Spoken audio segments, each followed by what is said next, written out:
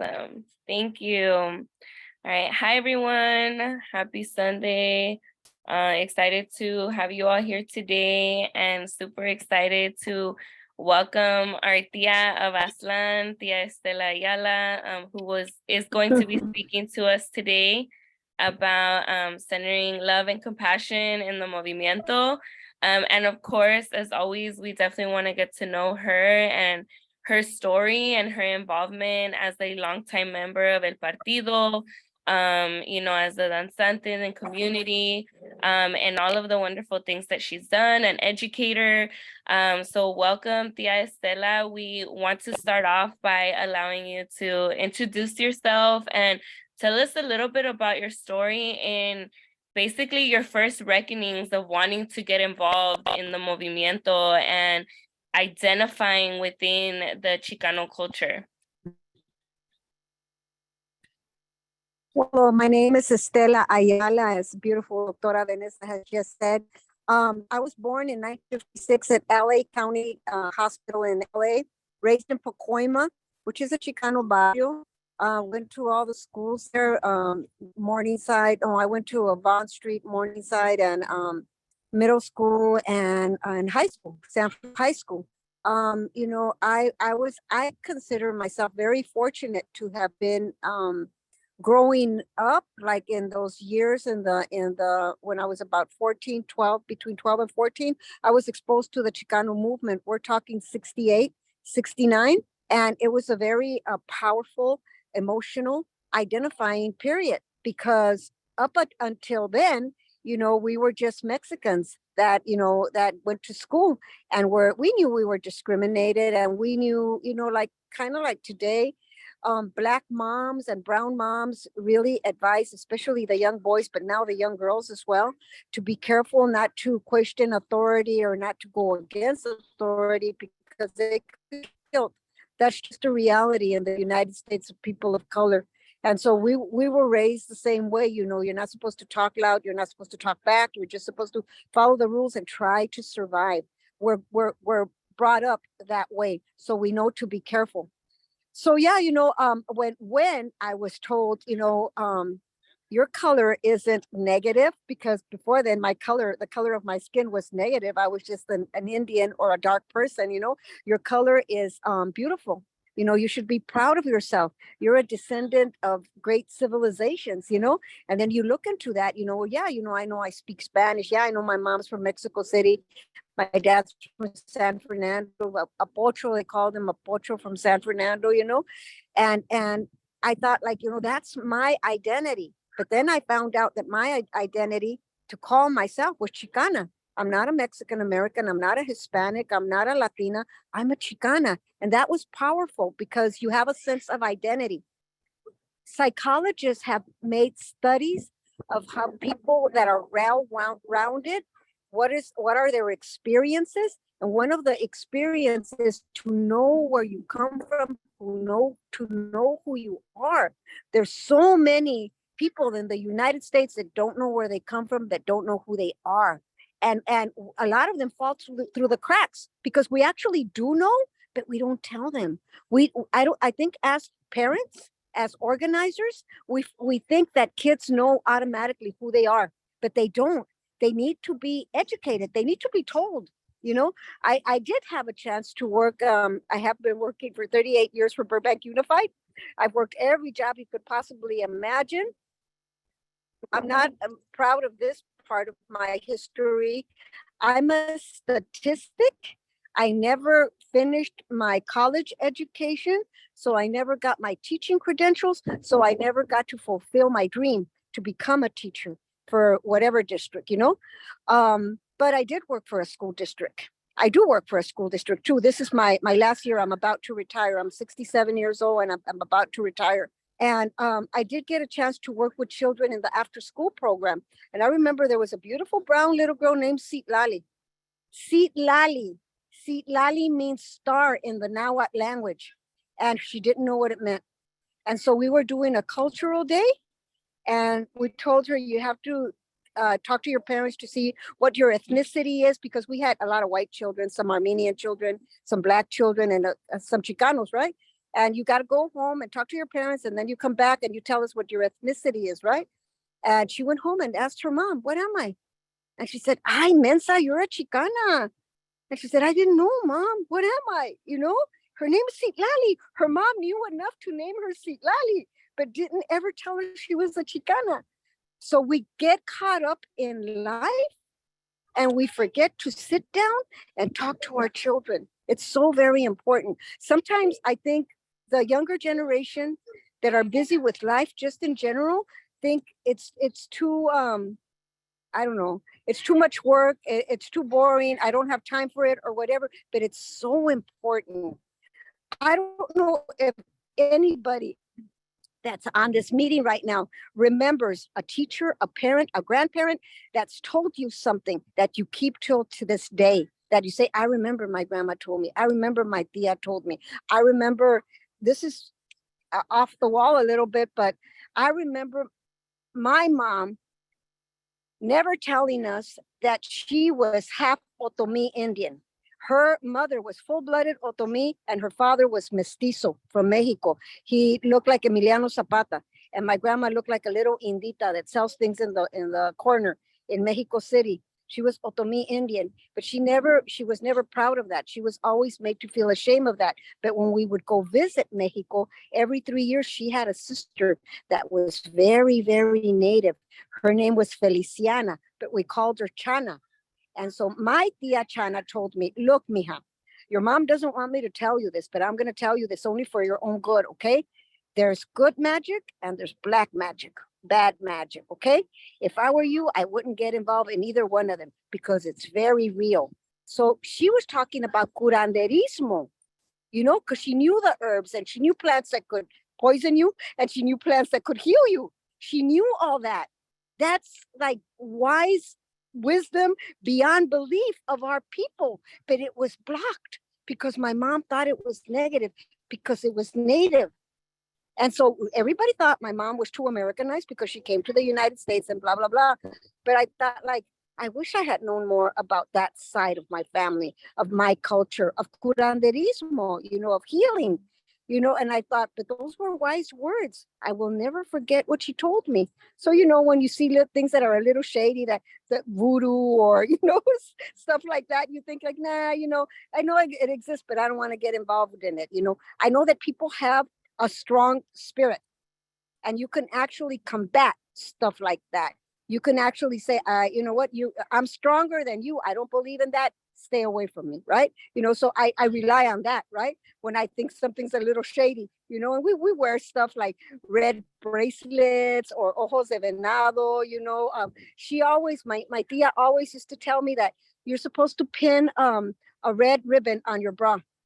And she carried a little pouch. And in that little pouch, she carried the heart of a hummingbird that was the size of a watermelon seed. And she said that would crack love.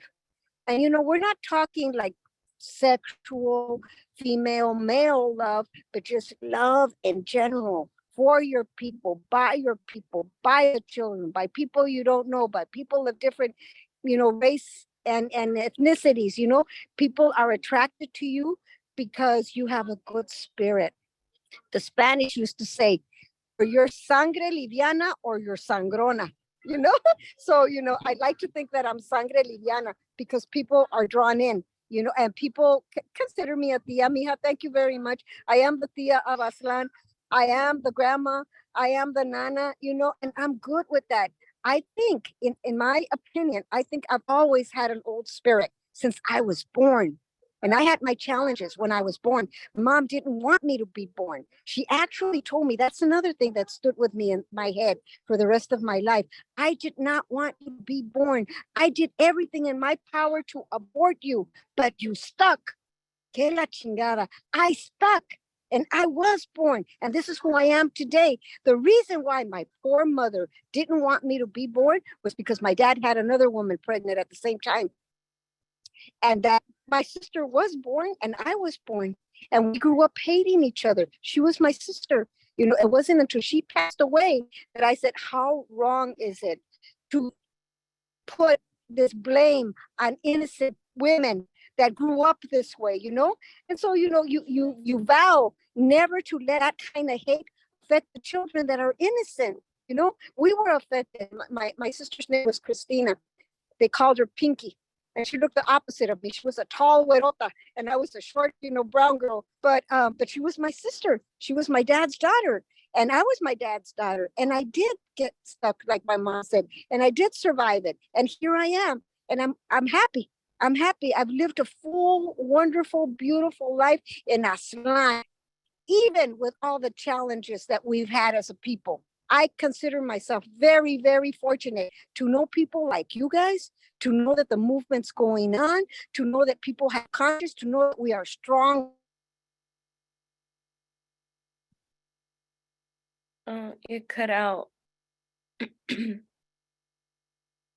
Hello?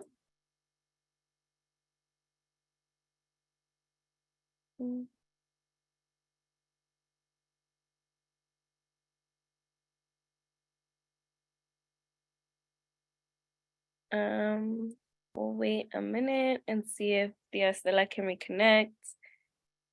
I think she may have lost service. I'm here, mija. Okay, thank you. Okay. Sorry, you cut out.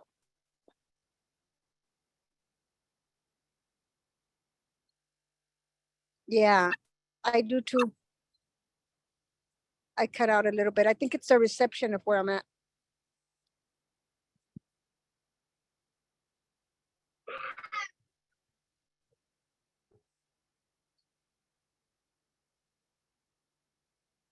Okay. So, okay, are you can you test your speaker? Hello? Okay. Can I you're what? good. Yeah, there you're good. We can hear you. I wanted to ask Okay. you, so all of that learning that you did about your Chicana culture, your spirituality, that came from your family? Or did you like get any of that like in school, or like where did all of that like strengthen for you? It all came from family, mija, and it came from being a nosy child because I wanted to know. I wanted to know, and people didn't want to tell me. So, you know, I listened. You know, when you think kids aren't listening, they really are listening. I listened to my tia. I listened to my mom and dad argue. I listened. My mom outright told me some stuff. You know, there's some things children shouldn't hear, but they do. You know, I put two and two together. I knew at a very young age that I was not learning in school, and I was treated better if I was quiet, and I was obedient. Um, I went to an all black school in Pacoima called Bond Street Elementary, and back then in the 60s there were SWATs. There wasn't like a bench you for your punishment. There were SWATs. Children actually got their pants pulled down and hit with a paddle. And because I was the quiet kid in class, I didn't learn anything. I didn't learn how to read or write. I was always being criticized for how I did this or did that, but I was the quiet one. So I was sent to the office to take the kids that had discipline problems. Well, the children that I would take to the office were mainly boys, and they were mainly black, and they would hit me all the way to the office because they were mad because I was taking them to the office. And I would come back to the room crying, but I wouldn't say anything. I learned that in school. I did not learn anything about my culture. I did not learn anything about self-esteem, you know, good self-esteem. I learned low self-esteem. So when I was in middle school and I realized that the Chicano movement was flaring up, I mentioned to Dr. Vanessa earlier, I was exposed to the race riots in middle school. And back then they used to call it junior high.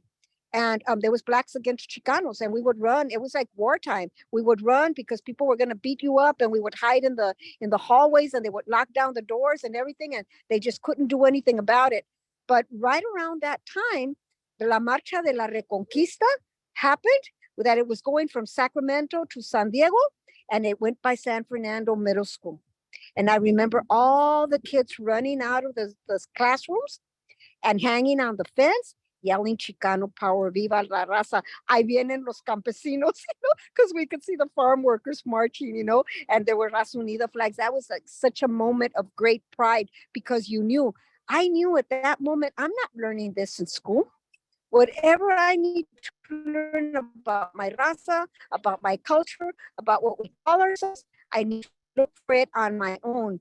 I was very, very blessed to have Genaro Ayala, Mr. Genaro Ayala, as my big brother. That was also very involved in the movement. Mr. Ayala is 12 years older than me. So he was 24 when I was 12, and he was in college. He had just come back from the service. He was at, I think, Valley College with an organization called UMAS, which is United Mexican Americans, I think it was, and from that came Mecha, but he was very involved from the time he came back from the service, and he was very involved as a big brother. He took on the responsibility that my dad was supposed to take on. So I will always love and respect my brother like he's a father, because he looked after us as a family, and he put the seed of the Chicano movement in all our brains and hearts. And some of my brothers did it, and some of my brothers didn't. I'm the one that stuck by Genaro, and he can tell you that. Es todo. As my nephew says, es todo. Gracias. Thank you for sharing that. And I want to talk a little bit about what you were saying about centering love and that experience that you had, with your sister, and not realizing, that women are put against each other. And what was it for you that really got you back to, I guess, recenter that love and compassion for not just your sister, but mujeres and the movimiento, and strengthening your spirit in that fight? Well, I think what made everything crystal clear is that we're all affected by a very manipulative system that pits us against each other. That it's your gender, it's your color, it's your race, it's your economic status. I remember hearing people in the Chicano movement, because I did, like I said, I would listen. I remember older sisters in the Chicano movement saying, we've got 3 strikes. When we're born, we got 3 strikes against us. We're working class, we're brown, and we're women. 3 strikes right from the minute we're born, okay? So we fight against that all the time. But if you're conscious of that, you can tell yourself, it's not my fault. So many times we say, it's my fault. I'm not good enough. I'm not worthy. I'm not this. And we fall into those pitfalls. Believe me, I married a man that for all intent and purposes should have been somebody that would pick me up and treat me as I deserved to be treated, but he didn't, because he was a victim of the system as well. And he was treated bad, so he treated me bad. The people who are bullies, the people who abuse other people, are normally abused themselves, and they feel better if they're mistreating somebody else. I had to go through that with my mom. I had to go through that with my dad. I had to go through that with my first husband. And he did. And I was conscious of the fact that he was a victim of the system, because he had a horrible childhood. So when you think about that, mija, you think about so many of our families come from dysfunctional families. They come from broken apart families. They're single moms, or even dads that start raising their children, and it's hard. It's hard. Sometimes it's economically hard, to do that. But gracias, Santiago. So my husband got me a chair so I could, and taking back another chair. But so it's it. Yeah, yo, tú ponla para allá. Okay, all right, whatever. It's that makes you clear that people are victims. People are victims, and people get swayed, and people lose focus. And if people don't know, remember I was telling you earlier, if you don't tell a child who they are, if you don't tell a child that you love them and that they're worthy and that they're going to do great things in their life in spite of all the things that are against us, they won't know. And they won't grow up that secure, well-rounded, beautiful human being that all of us should be, right? So, we do it. We fall, we get up, we fall, we get up, we do whatever we have to do. So, Santiago, estoy en una junta, por favor. Cuando acabe vas para allá. Yeah, whatever. So I think it's that made me real conscious of to not judge, but to try to understand people and why they do what they do. I was criticized, and there's a point where you have to say, no, he's just fucked up, or, oh, it's just the system, but some people get fucked up beyond belief, and they can't come back, and they die messed up.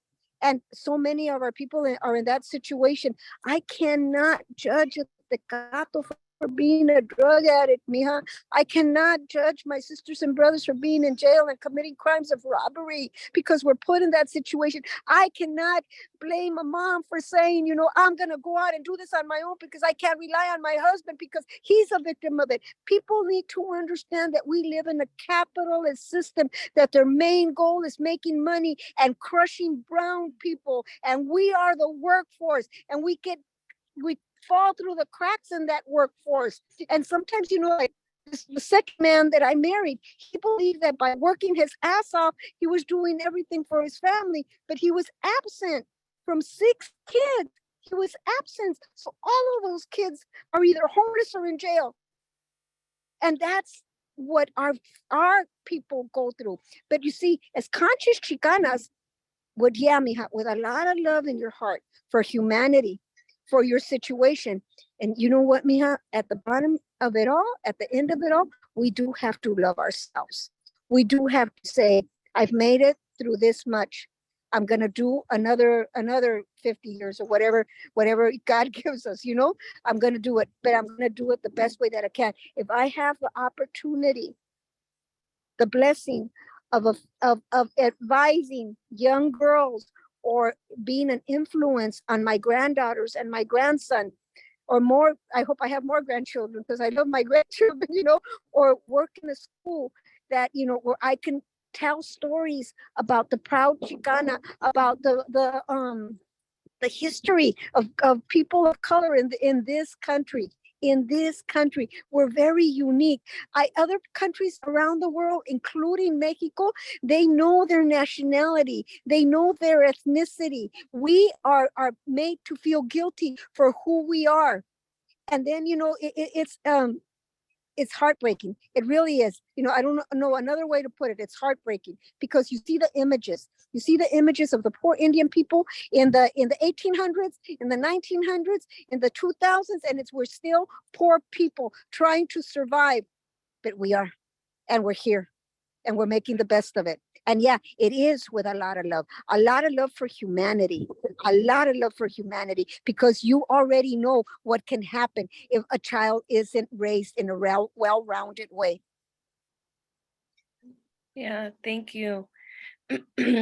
I've seen you with children in the community, and I see that they definitely cling to you, and they like to talk to you, and I feel like you empower them very much. And I wanted to ask you, for the group that we have here, especially for the mujeres or non-binary Chicanas, Chicanx that are on the call today, what are some strategies that you have that you can pass on to us about loving ourselves when maybe we weren't loved as children, or maybe we weren't loved what in a well-rounded way?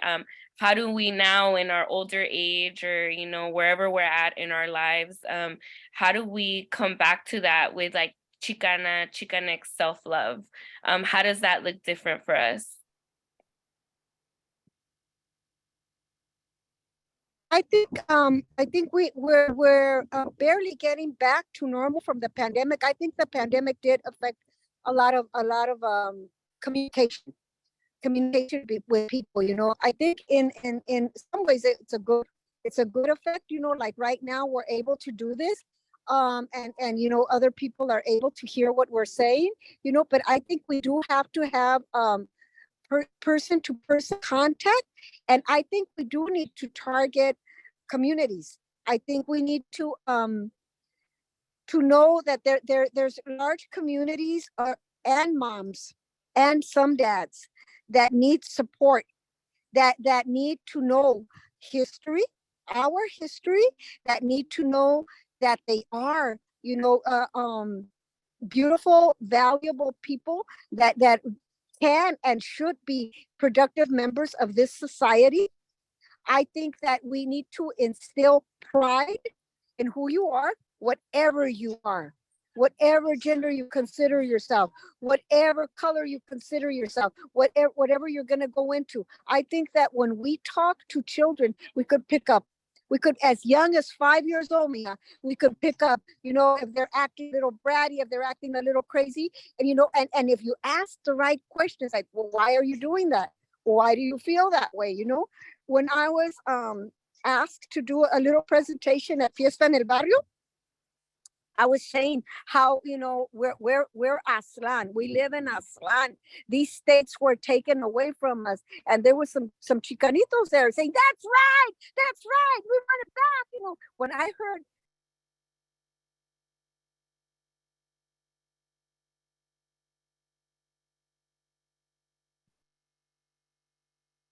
I think we lost the Estela again. We'll give her a moment. yeah, Okay, you're no, back. I'm here again. Yeah. Yeah. When I heard those little boys say that, I thought they're listening to what I'm saying. They might think it's a radical ideal, but they need to know that old people like me were fighting for that for them. You know, they need to know that. I think all of us, I hate to say this because my stupid principal told me to do this at my job. He said, I have to get on the same page, you know. I think we do need to get on the same page. When we go out and we talk to kids, we need to tell them, okay, first of all, this is what you call yourself. This is your land. You're a native of the land. You are not an immigrant.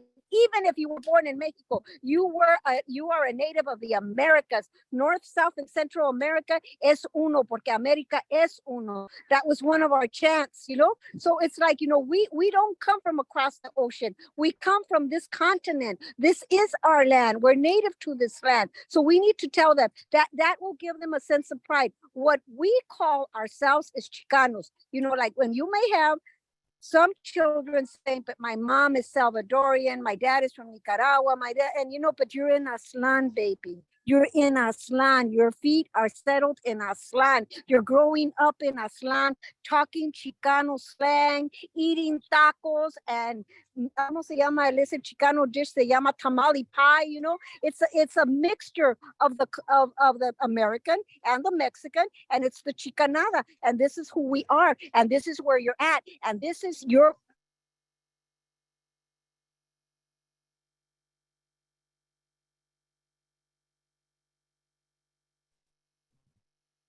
I know me, it just keeps happening. But yeah, you know, I would recommend that you remind the children that, you know, they're in their land, they are Chicanos, and that they need to carry themselves with pride, because wherever they go, they represent their people. That's what I would recommend. Gracias. Thank you so much for sharing that. I want to go ahead and open it up to everybody that's here today. If you have any questions, you can go ahead and unmute. You can raise your hand, whatever you feel comfortable with, or you can put them in the chat, and I can read them out loud. Or any comments either on anything that was said. Hi, Samantha. Hi, nice to see you again. Thank you so much for having this amazing conversation. I appreciate it. A question I have is, how do you maintain resilience, especially in familial spaces, the spaces that require our energy in the outside world? I also work with children right now, so that has been taking a lot out of me. So yeah, how would you, and also on doing art on the side and doing art for community and civic engagement purposes. So that is just, you know, whirlwind of energy. So how would you advise to best maintain what we can at the end of the day? I think, you know, always keep in your mind and your heart that you have a purpose.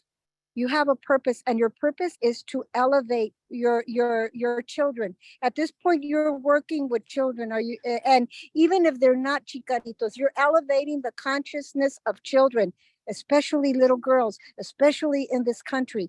Your every thought that you, and I'm sure you do this, every thought in your head when you're out and about is going to go to, what can I do for those kids tomorrow? What can I present to those kids today? How can I say this in a way that they'll understand it? You know, and even if they're not, you know, our color, even if they're not a race, you're raising the consciousness of humanity. You're, those, if they're white, if they're black, if whatever color they are, they're going to know a Chicana, a beautiful Chicana like you educated me on this because she said something that's going to stick with me for the rest of my life. The words that come out of your mouth, mija, are so very important. And your art, I'm sure, reflects that. I was an art major when I was going to school, and my art reflected that. You know, I did murals at San Fernando High School. I did murals at the Pacoima projects. I did that. I'm gonna retire pretty soon. I wanna join a mural group that's gonna start up in Burbank, but I want it to reflect some consciousness. I want people to know who I am, what I am, and where I'm coming from.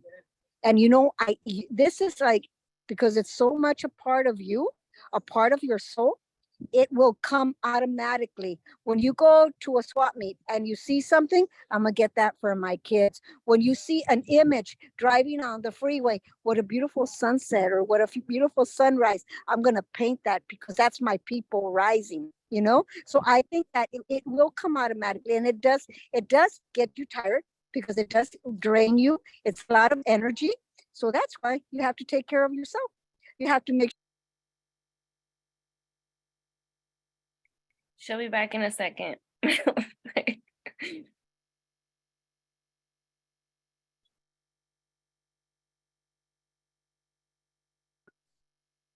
sorry, I'm back. I'm back, Mija. I don't know if she got what I said at the end. Yeah, you cut off before you could finish. Okay, I don't know where I was. I mean, you know, I said, you know, taking care of yourself is important so you could take care of others. If you want to do a good job taking care of others, you got to take care of yourself. You got to eat right. You got to sleep. You got to exercise. You got to, you know, take rest periods because you'll be better for those that you want to serve. I didn't realize that too little, not too long ago. I have to take care of myself, you know? Mm-hmm. Yeah. Thank you. We have a comment from Jennifer in the chat. It says, "Thank you so much for sharing your wisdom and investing in all of us today. A good way to refill my spiritual picture so I can pour into others." And then next we have Yesenia. Hi, sister. Hi, hermana. Oh, it's so good to just be hearing these words today. A lot of the work that I do is so dehumanizing because it has to do with politics and political stuff in and day out. And just right now we're doing legislative session. So just like words are so important, and that's what's on my mind. And your phrase keeps running around in my head, and I want to get it tatted. It's like, you're in Aztlan, baby. Like, yeah, like, and I want to, you know, start cussing and stuff. But that idea that, like, we are home, period, no matter where we are. Like, we gotta sit in that, and that is gonna ground me, at least for the next. It's gonna fuel me. And I'm just gonna use it, and I'm really grateful. There's such a lack of access to elders, and a lot of it has to do, you know, because I'm not from here. I grew up undocumented, and so there's like such a disconnect. And so whenever I'm getting emotional, whenever I get access to elders, it is a great day. So thank you. You're welcome. Thank you for logging on, Yesenia. Anyone else? Questions, comments? You can unmute. Feel free.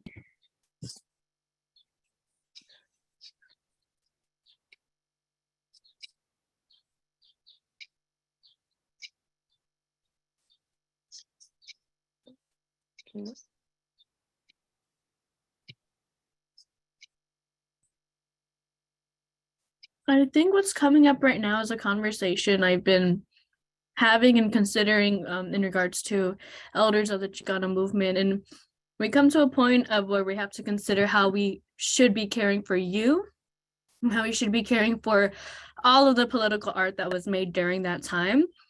So that being said, what do you think would be the best way to advocate for you, to support you in any regards? Because again, I definitely feel that that is also a consideration of the contemporary movement. Yeah, I think, well, thank you. You know, I know that, you know, a while before the pandemic, I am a danzante. I do belong to a Aztec dance group called Xipitotec.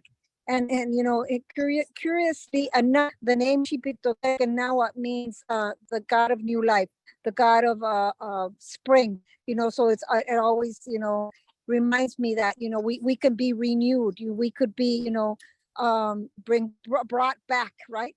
But and everything and every age has its place, and we have our place. The elders have their place, and we come to terms with we can't be as active as we used to be. We have limitations, physical limitations sometimes, or economic limitations, but it's always heartwarming for an elder to see respect. When we feel and see youngsters respecting us, little children or like you guys, young ladies and young men respecting us, it's because you guys were taught to respect elders.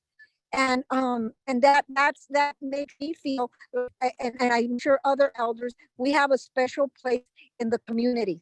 We have things to offer. We have the advice. She'll be back.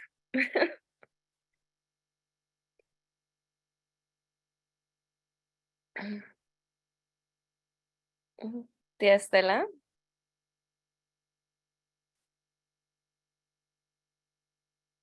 Hear me, huh? Okay, you I left know, I off. keep, you guys, You left. yeah. Oh, sorry. You left off on you have things to offer, you have advice, and then that's all we heard. Okay, we have skills. We have skills. There are things that and passions. We have passions. I can tell you that because I had a very artistic dad and a very artistic older brother. I was influenced by the arts, but my art's a little different than theirs, right? Because I'm a whole different person. And I take great pride and passion in making earrings. I love to make earrings, and I love to make native looking earrings that have a little bling in it, because that's our sparkle, you know. So I think that when you talk about art and the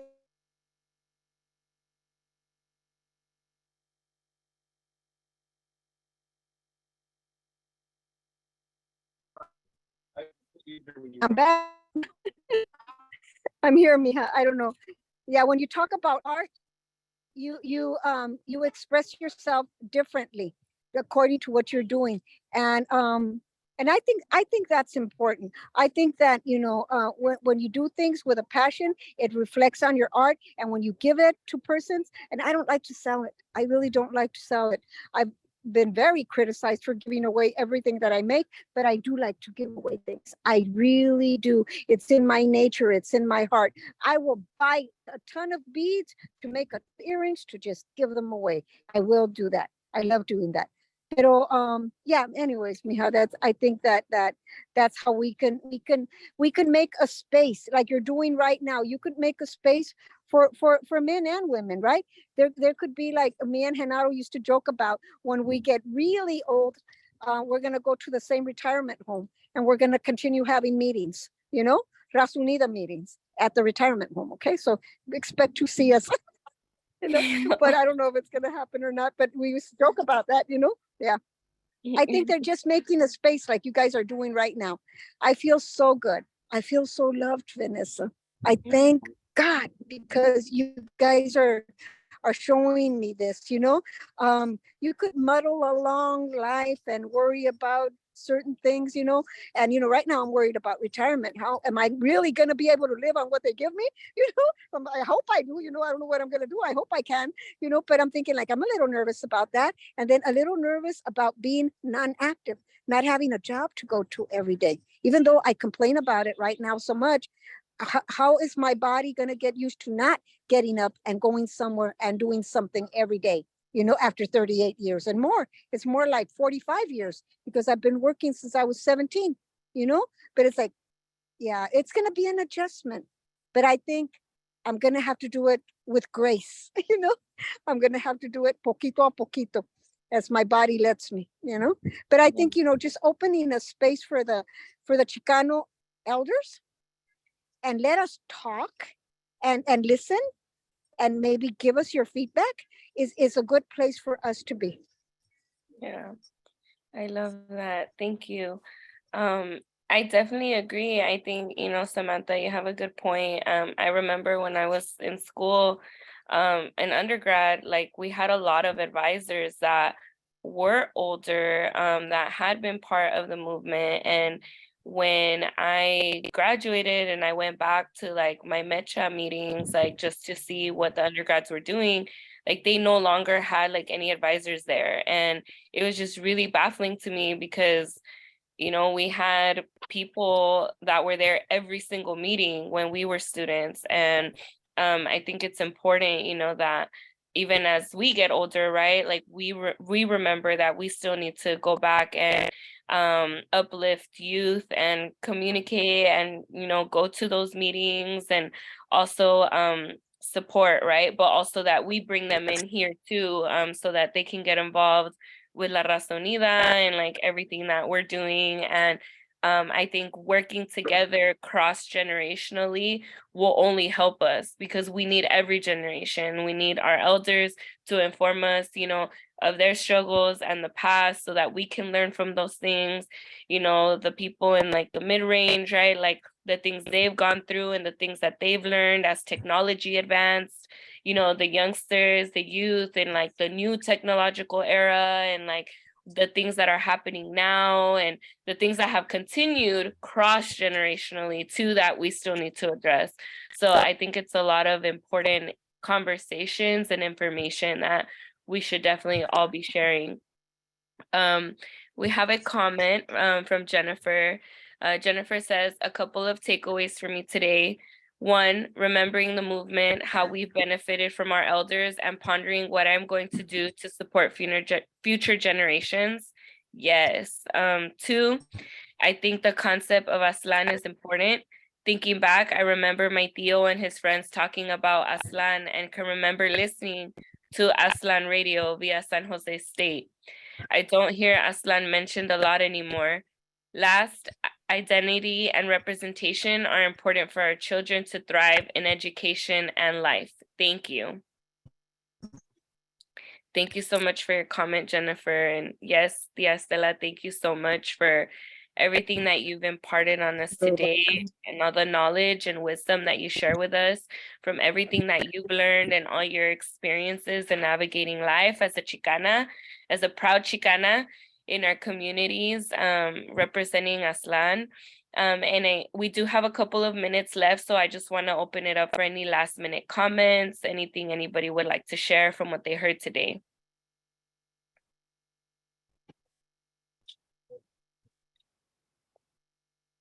I wanted to ask, and I know we don't have a lot of time left, but I really thought about this. A lot of the people that have, like, shown up against, like, kind of helped to push me out of the political sphere here in Nevada are Latinas and Chicanas that are aligned with white supremacy.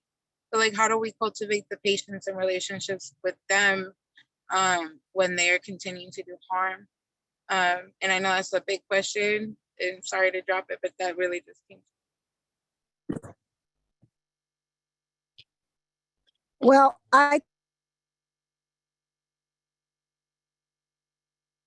She'll be back. hello? Yes. Oh, I think you muted yourself.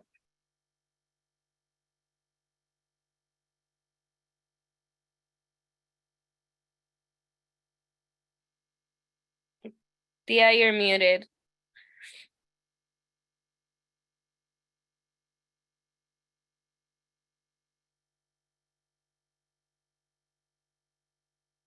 Hello, can you hear me?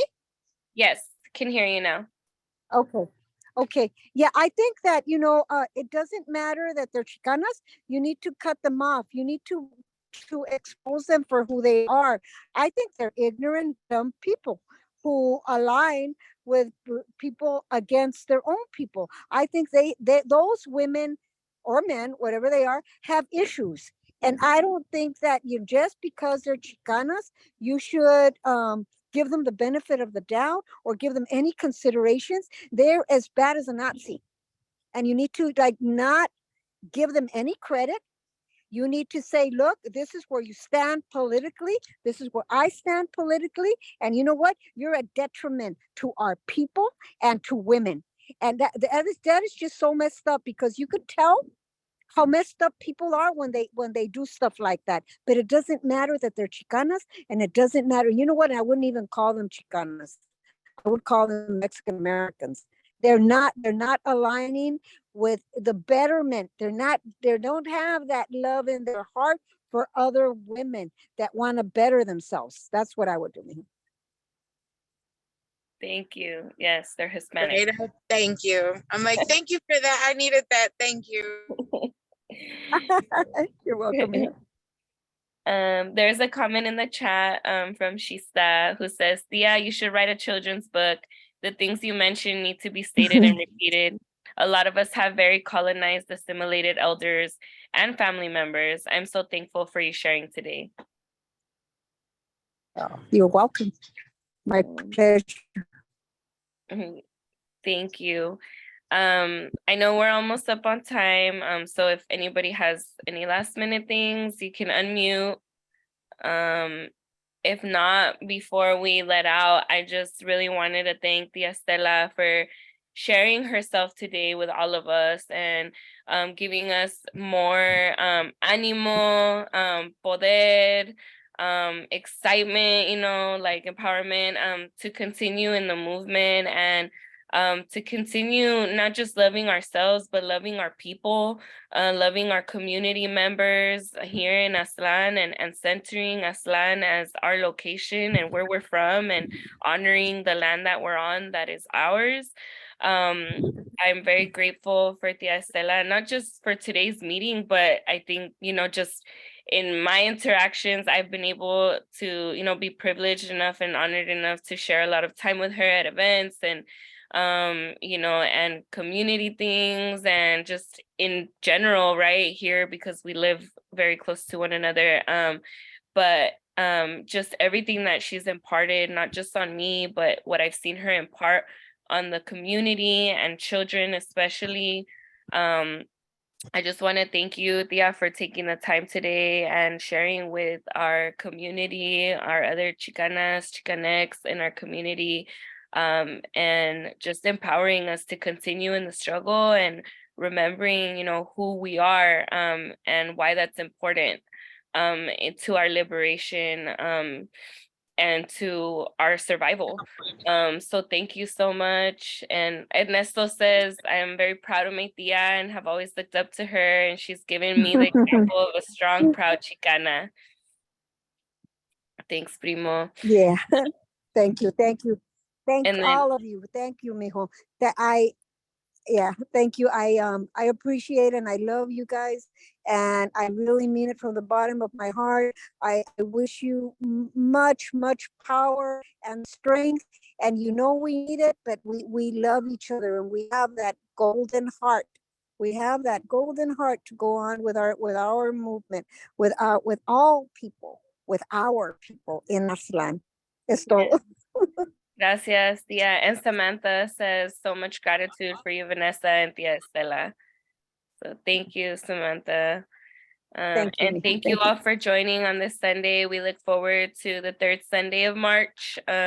We'll be featuring Brenda Hernandez, a young Chicanita who organized and implemented a walkout in Idaho for wearing a brown pride sweater. So we're really excited for next month as well. And we hope to continue, having everyone joining us every third Sunday of the month at 11 a.m. Pacific Standard Time. Y como siempre, que viva la raza. Que viva.